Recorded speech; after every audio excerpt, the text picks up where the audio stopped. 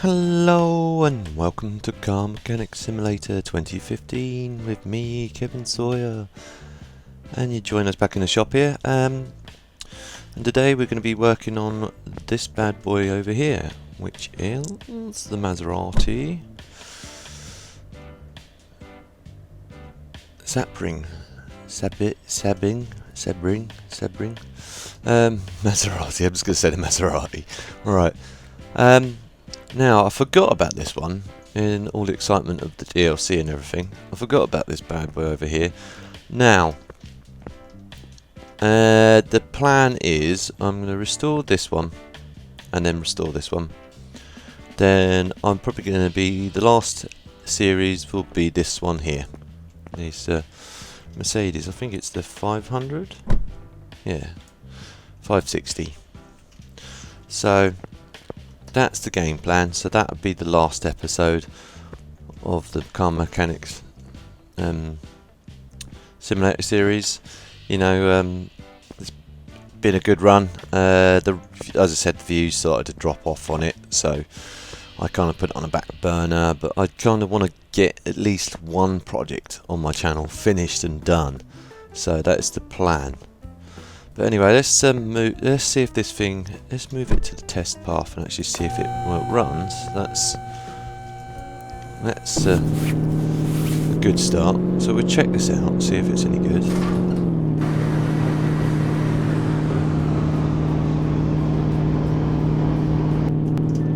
Brakes are completely knackered, that's for sure. I'd say that they're definitely an MOT failure.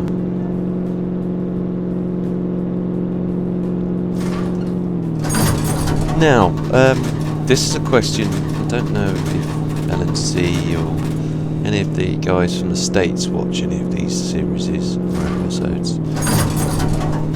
I know they don't have MOTs over in the States, because over in the UK here, as most of you guys know, that looks knackered.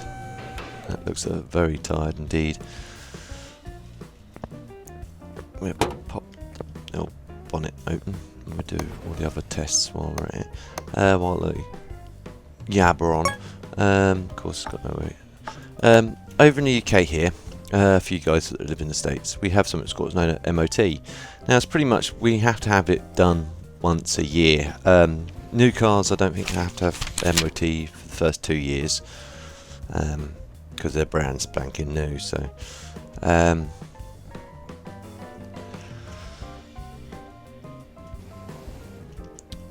but older cars, every year they have to have an MOT. So basically, they take them into a shop, and it's by law. You've got no option. You have to have a good MOT. You can't get tax until you get MOT. You can insure it, but you can't drive out on the road. Right, let's close this bonnet up.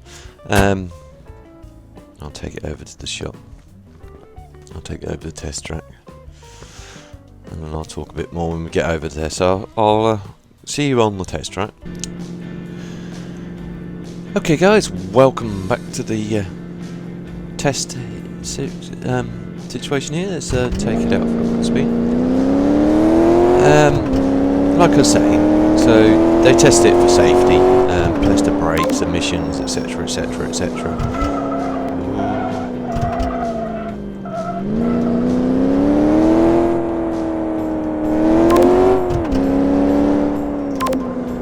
And what my question is, now I've heard that they don't have anything like that in the States. They don't test them every year, you know. They pretty much. Ooh, back end's a bit lively, guys. I've put a dent in it. Oh well, it's going to get restored anyway. Oh, I know. Is that true? That's what I want to know. Is that actually true? Is that once the car's sort of like driving around, you're more or less free to do what you like with them? You don't have to put them through a MOT or any sort of tests or anything like that.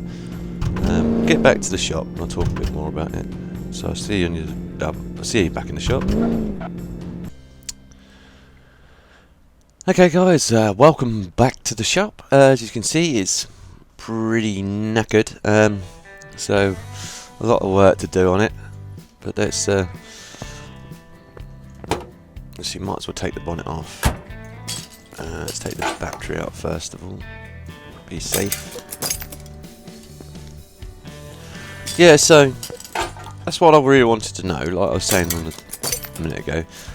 Is it true that you don't have to have anything like any sort of MOT or any sort of like safety certificate?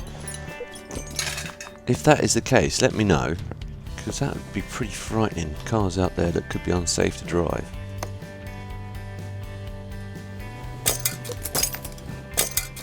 I know they have certain emissions tests they have to meet, so as I say, I'm not sure. This is what I've been told, that they don't have to have MOTs out there. So if any of you guys that live out in the States, let me know if that is true. You could be saying, well, that's a load of rubbish, Kev. No, of course. We have to have them tested once a year. Because like you say, if we didn't, we'd be nutters driving around in cars that are unsafe to drive. That wouldn't make sense to me if they didn't have any sort of form of testing. But, you know, I don't know, so as I say, I've not really looked into it as much. Oh wow, look at this. Now, this is a 6-cylinder, from what I remember. I've never worked on one of these before, but I've seen sort of like information and books about them. But this is suggesting to me it's a twin spark setup. Now, you might be thinking, that's unusual. Why do you need two sets of spark plugs in the same cylinder? It's a performance thing. Now, talking of performance, I may put the racing plugs in this, but I'm not going to go mad on this one. I'm going to try and keep it as stock as I can. I don't think I'm going to put the performance pistons in it. I'll put some extra bits on it. I might put the carbs on it, perhaps. I'll see how I feel when I get to that stage and see what survives the repair process. But anyway, going back to why would it have, it's a performance thing. A lot of the cars back then in this time era when this was made, sort of like early 50s, mid 50s, late 50s, early 60s, had twin spark plugs. It gave more of a bit more of a bang on the compression side of it, so it sort of like gave extra compression, which then throw the piston back down again. So give you a better torque on the RPM side of things. So basically, when they were starting to make them, this is back before the days before the spark plugs really got overhauled. The design of the spark plug was pretty simple, with just a single Illinois, the single. I'm trying to think of its name now.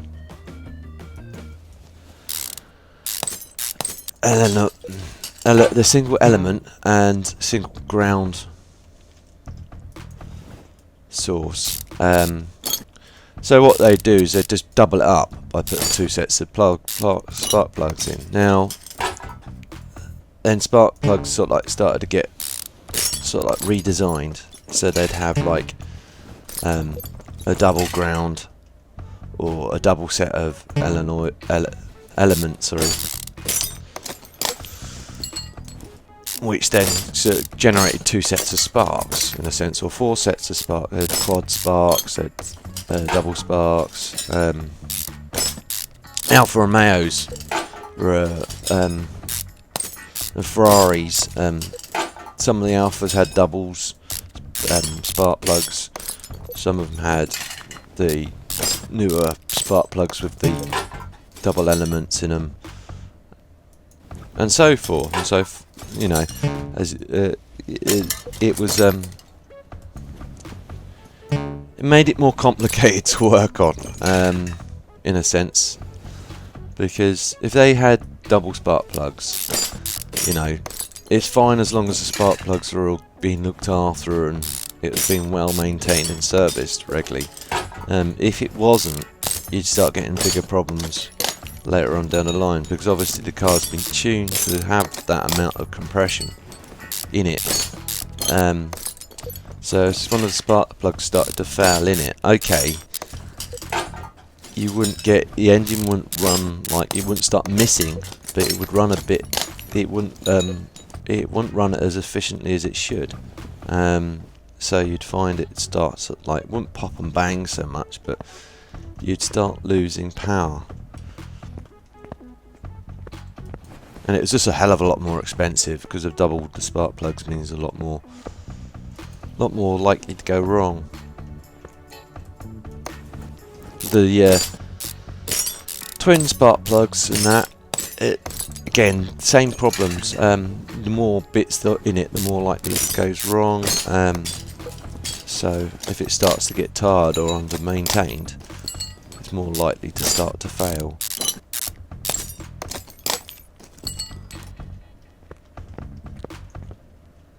Let's actually bring this up in the air. Get these wheels off first.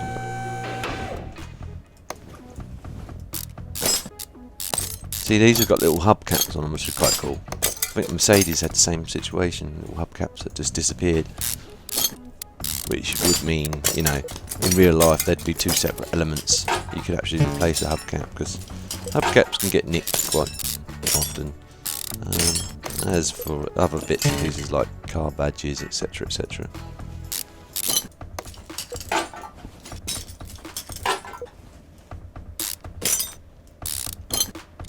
But, you know, they're not cheap bits of kit to replace either. You know, you think, oh, a car badge is going to cost me a couple of quid, right? Nope.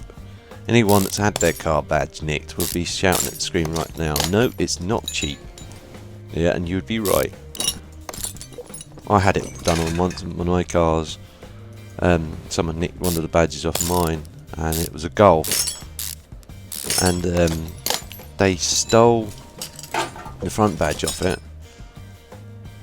And it was like, oh, come on, you know. And it was, I just thought, oh yeah, well, it's going to be about, what, 20 quid to get a new badge. Went to German-Swedish shop, and it's like, oh yeah, that's 90 quid. I was like, you what? You're just ripping me off. So I went, okay, I'm going to go to VW Direct and see if the parts any cheaper through them. And they were 120 quid. And I was like, ouch. Okay, yeah. So they're not cheap. So if you ever see someone nicking a badge off of someone's car, clout them around the area, tell them to leave that car alone, because it's a lot of money. That's why a lot of the kids do it. They nick it so they can sell them on.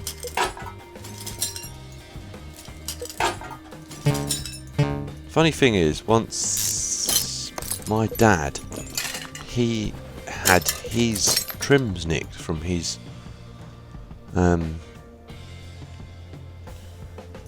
car. He parked it in a... Now, this is the thing that really I found annoying, because he said he parked it into a car park, and then he noticed when he's driving out, the one of the hubcaps sounded a bit rattly, so he sort of like looked at, he sort of came out the car park, pulled over, and saw the hubcaps are all complete, all the hubcaps are all scratched up. And he's like, oh hello, this isn't right. These don't look like my hubcaps. And then that was the problem.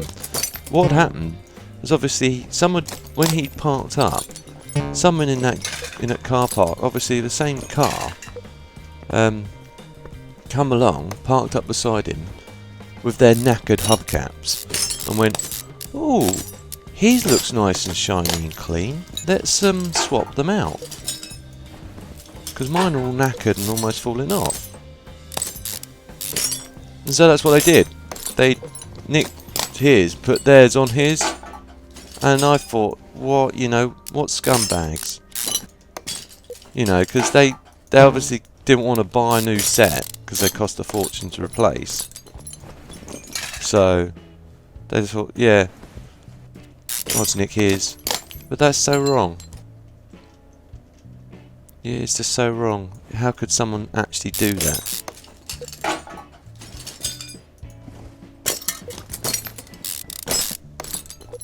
Because I sat down and thought maybe just he'd curbed it, maybe. So I said, you didn't hit the, you know, didn't clamp anything on the way in and out, did you? No. I know my old man isn't exactly, you know, the driver of the year award, but he's probably one of the carefuler drivers I've been with. He's been a bit dottery recently, but he's getting a bit old.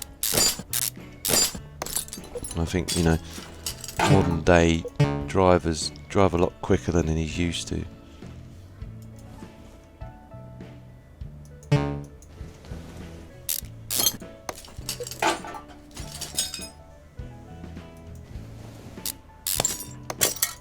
I'll take them out. I might as well take this fuel tank out while I'm at it. Yeah, so if you see anyone doing that sort of stuff, yeah, definitely collar them. Give them, you know, shout at them, stop them in there. You know, if you don't feel safe, obviously I'm not endorsing people go up and become like a vigilante army. You know, you could be dealing with someone that's got potentially a knife, maybe. So, you know, don't approach them if you think it's going to be dangerous. I don't want, you know, anyone getting hurt, but obviously just, if you don't want to tackle them, obviously you can find anyone like car parking security or whatever, just point it out to them. At least then they can deal with it if they want to.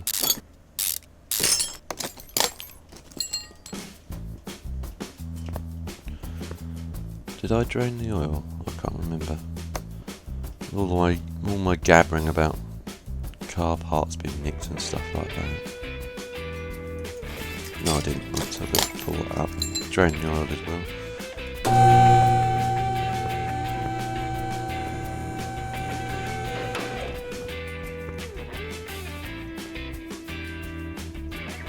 Right, put that there.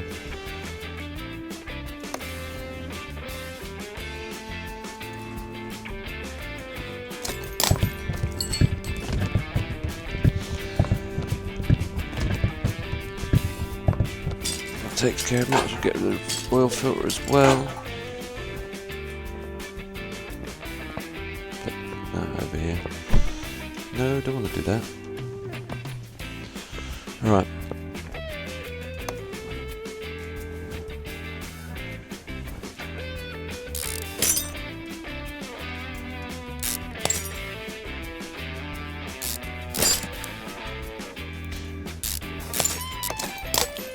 Yeah, but going back to like this spark plug situation, obviously, like I was saying, you know, once the spark plugs became greatly improved, they kind of stopped doing the whole twin spark plug setup inside cars and just used more improved spark plugs in there, which again is better for higher performance cars. But obviously, the higher performance parts, the more maintenance you need to apply to them, because if you start, it's like brakes. A lot of kids, you know, I say kids, younger guys and girls, they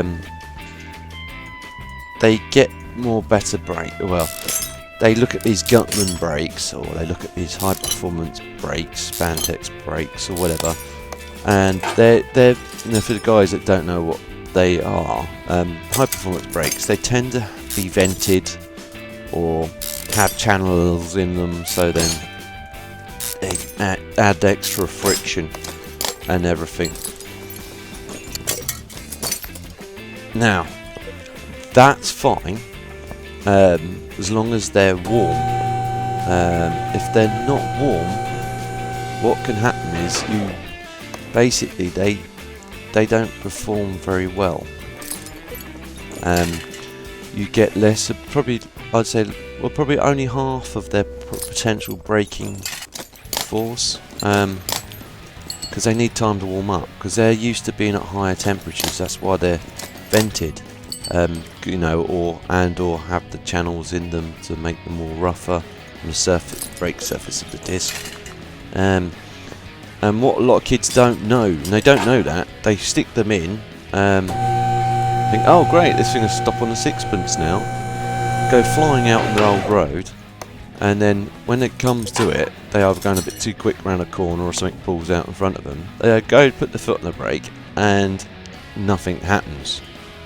They don't get, it's not like they get no braking force, they get a braking force, but it's greatly reduced, like I said, so you'd have to put your foot right down on the floor, and then it gradually, once it starts to get hot, then the brakes will then start to kick in, and then all of a sudden it would stop a lot quicker.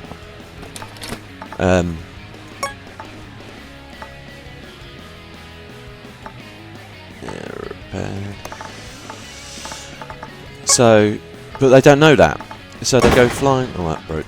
They go flying around, and then whatever happens, they either lose it on a corner or something pulls out in front of them, and they go to brake, and because they're not prepared for that situation, they either end up inadvertently crashing into a tree or another car or whatever.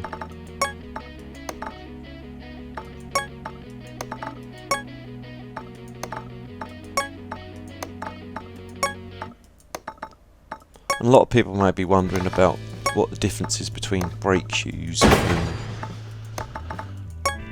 and well, brake drums and brake discs. Let me just go through this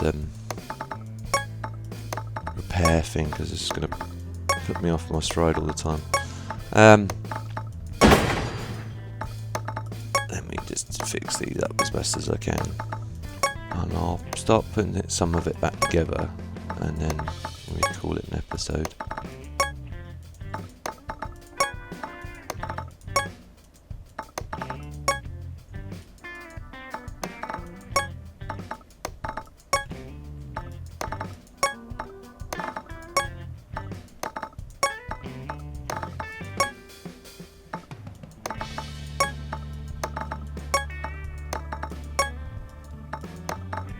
Sorry if I'm gone quiet. As I say, I'm just trying to get this done as quick as I can, so because every time I think about talking, that happens, and I was just like, it's going to always distract me. It's like, another bit broken.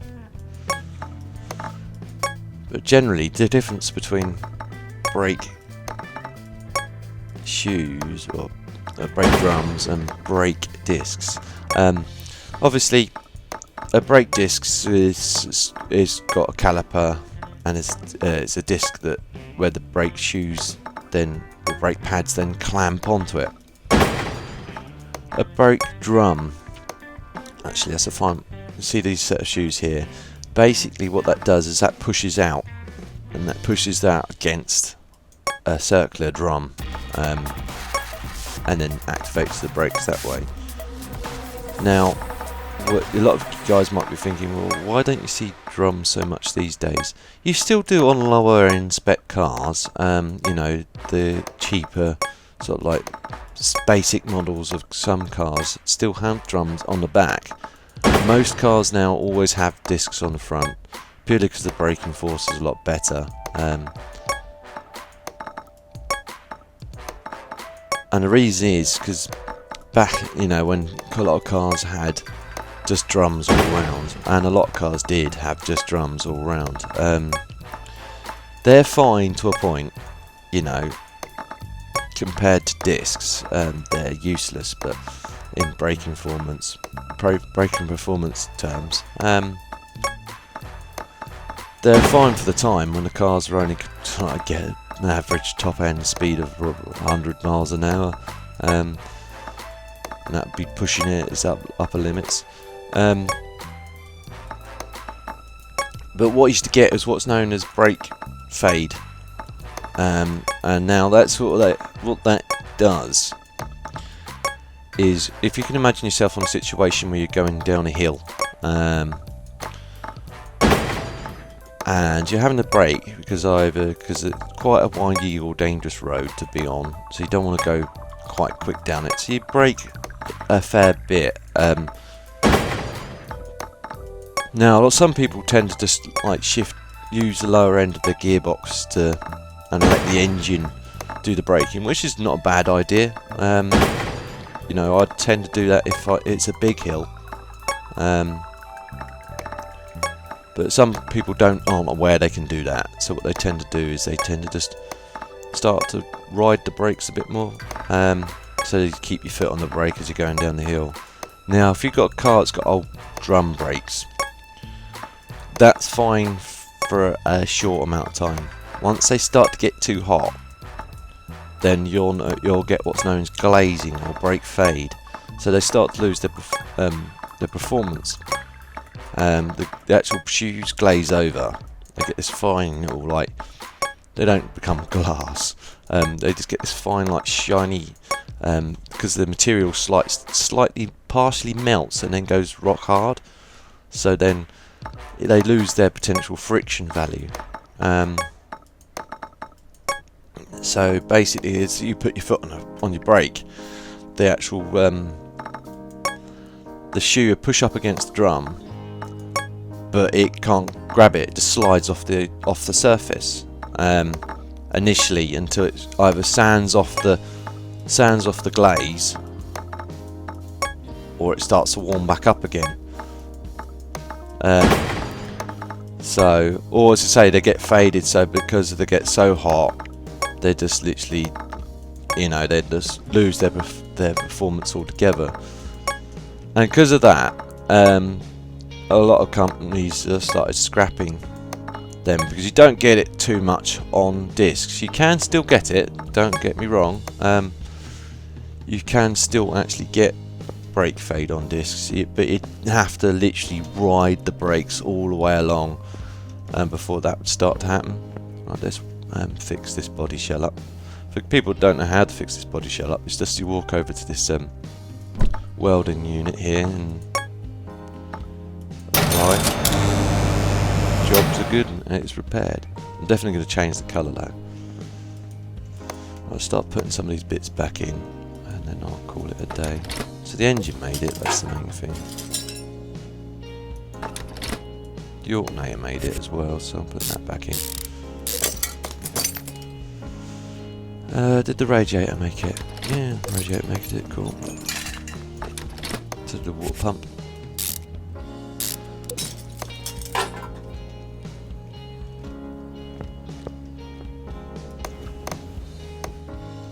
Did that make it? No, it didn't. Need a new one of them. What have these made it? Yeah, they made it, cool, so stick them back in. Oh, that's a fuel filter, I don't want that. That made it as well.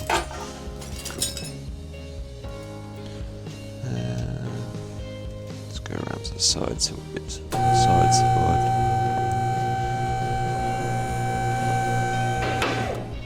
But that's why a lot of manufacturers started to produce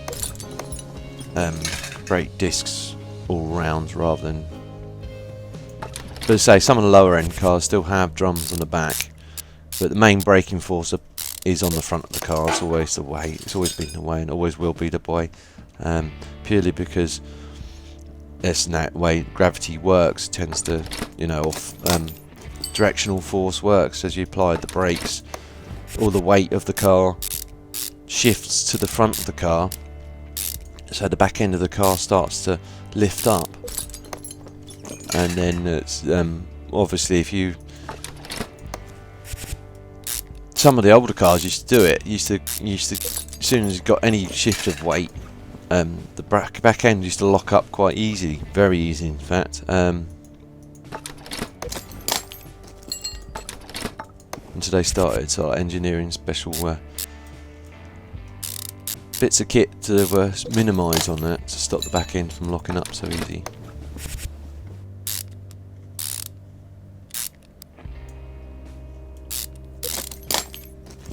So that's why they tend to put the drums on the back and then just have the discs still on the front. But a lot of people prefer having discs all round purely because it's better braking performance. And yes, that's true. You do get more likely to get more lockup on a set of drums on the back than you would do of a set of discs.